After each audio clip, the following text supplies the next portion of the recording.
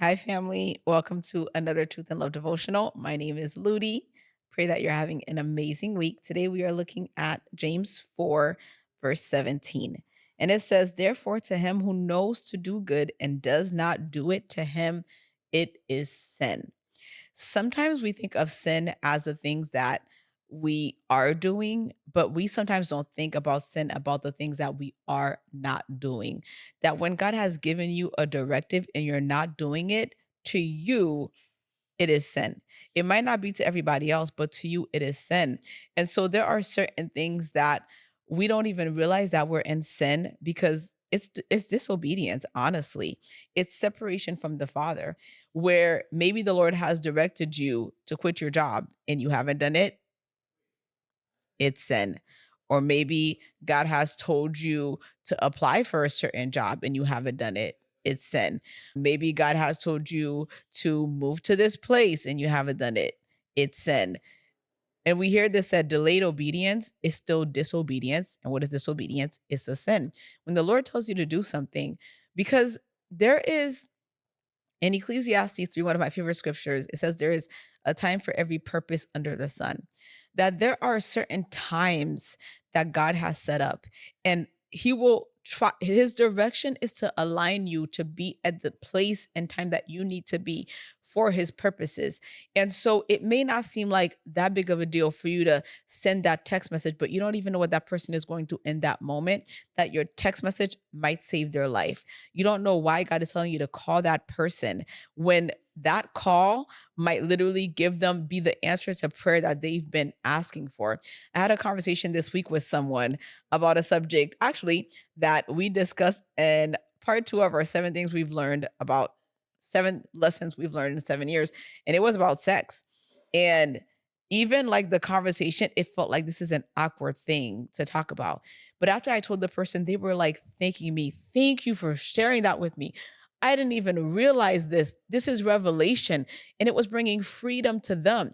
But had I shut my mouth, me disobeying God in that, it would have been sin. Why? Because they would have continued in sin. They would have continued under a form of oppression that they didn't even know that this thing that they were doing had legal right to attack them. And so there are certain things that to you, to somebody else, it may not be sin, but to you, it says, if you know to do good and you don't do it, to you, it is considered sin. And I shared in another video how Luis doesn't like when I leave the bathroom door open when I'm using the bathroom, even if I'm in the house with just me and my sister and my nieces, doesn't like it, doesn't make him comfortable. And how the other day, actually yesterday, I went to use the bathroom and I had the door open and I heard the Holy Spirit say to me, he doesn't like it. And so I had to get up and close that door. And what the Holy Spirit revealed to me is that if I if I literally disobeyed him in that, that would be me agreeing with the spirit of rebellion. And it would have allowed rebellion into my marriage where I would have begun to rebel against him as my head and not even realizing where it came from. And so to some people, that might not be considered sin. And before Louis said it, it wasn't sin. But once he expressed it as his wife, for me to honor him, I have to respect his wishes. And so to me, in that moment, before that, the spirit of rebellion had no authority because it wasn't an issue. But the second he expressed it, boom, rebellion is like, let's find a way for her to say no. Let's find a way for her to not do it. Now it is a sin. And sometimes we have to be really aware of wait, what do I know to do that I haven't done that's keeping me late? That's keeping me stagnated. That's keeping me behind because I haven't done it yet. And so sometimes the thing that you haven't done is keeping you more bound than the things that you have done. And so it's even repenting for disobedience, repenting for disalignment, repenting that you didn't go when the Lord told you to go, and that asking that his mercy would restore to you even what you have lost because you did not obey, the time lost, the even the relationships lost because you did not obey the Lord. And what may have happened, like I was telling Luis this morning, actually, I had a revelation last year, August. There was someone, they walked up to me, and the second they walked up to me, I felt the Holy Spirit heavy. And my heart started beating, and I just felt this spirit of heaviness. I just wanted to weep. And I looked at them and I'm like, I don't know what's on you right now, but it just alerted my spirit. And I knew I had to pray for them.